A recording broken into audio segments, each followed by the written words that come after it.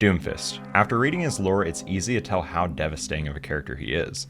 However, besides a short span in the game, he has been seen as anything but devastating. Being created as a DPS in Overwatch 1, he feels wrong in the tank role. Compared to other heroes like Orisa and Ramatra, he doesn't have any abilities to protect his team. He's also one of the most brutal heroes in the game to master. I didn't mean to go out! Despite all these negatives, people find ways to make him seem unkillable, with players like Zebra peaking top 10 to 25 in ranked ladder only playing Doomfist. So how do people find a way to dominate with a hero that is so bad? I decided to play him for 20 hours to answer that question. I'll keep it real with you, before this week I had never played a competitive match of Doomfist. Not only did I not know how to play this hero, he was the complete opposite of my strengths. With over 500 hours in Kovacs aim training, I'm strong at heroes that are tracking hit scan like Tracer, Sombra, and Soldier. And Doomfist couldn't be further from that, being a projectile shotgun and melee hero. I had always turned down my community members requesting me to play him on stream, mainly to avoid the embarrassment of being decimated and rightly flamed by my teammates.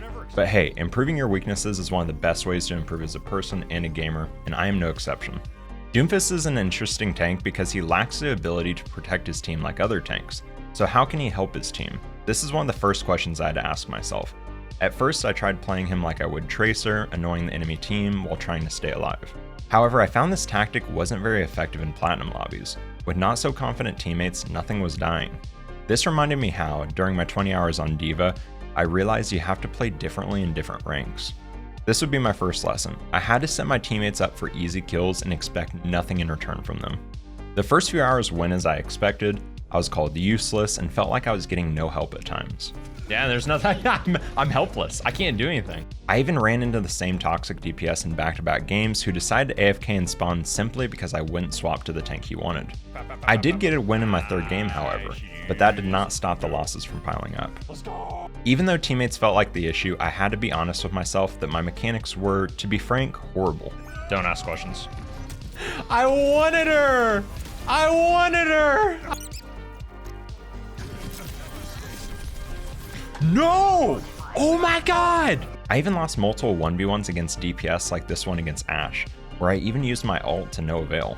I realized this was going to be an issue that I needed to fix quickly, so I took a break to sit in Vax to get the hang of his punches in primary before returning back to competitive. Getting back into the matches, I ran across my first toxic Sombra. However, he was on my team.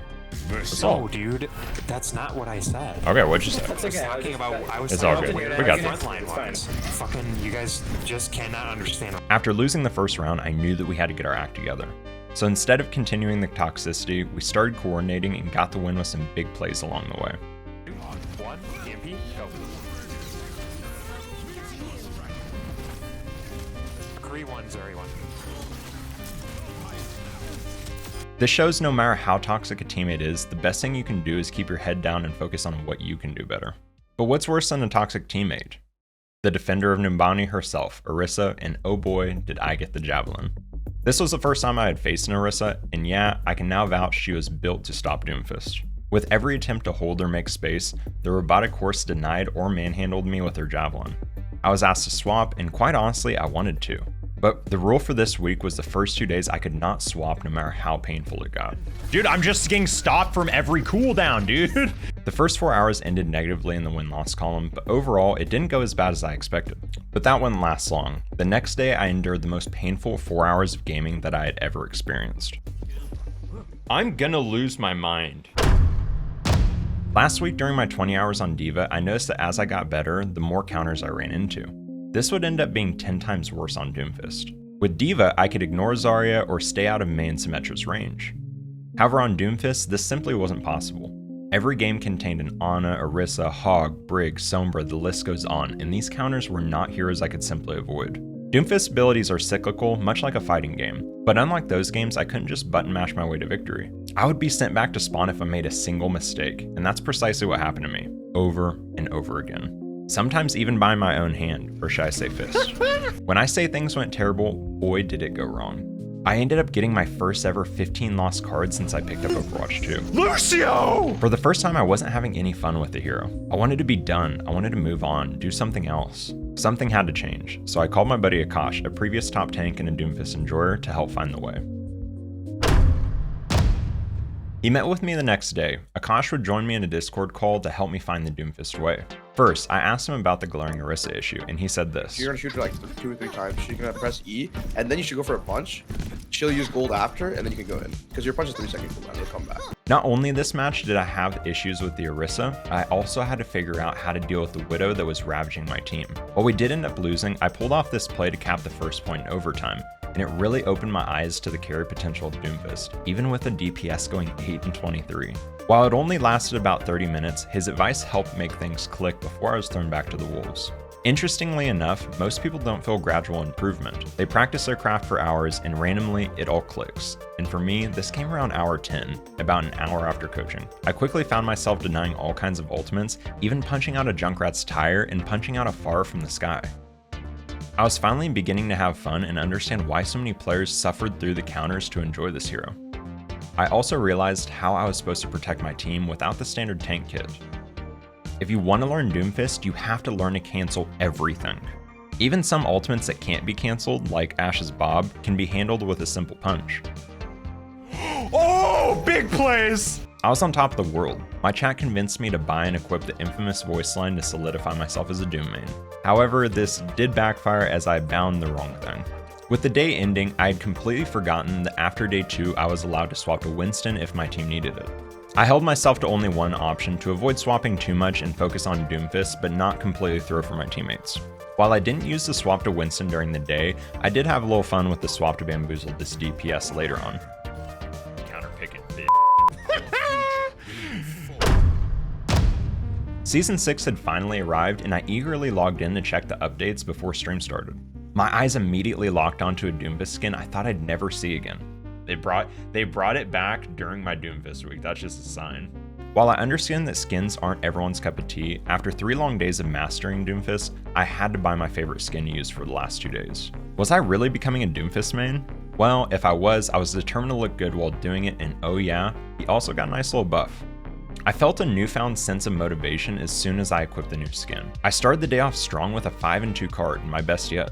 This was my 3rd positive card in a row since that disastrous day where I went 3 and 15.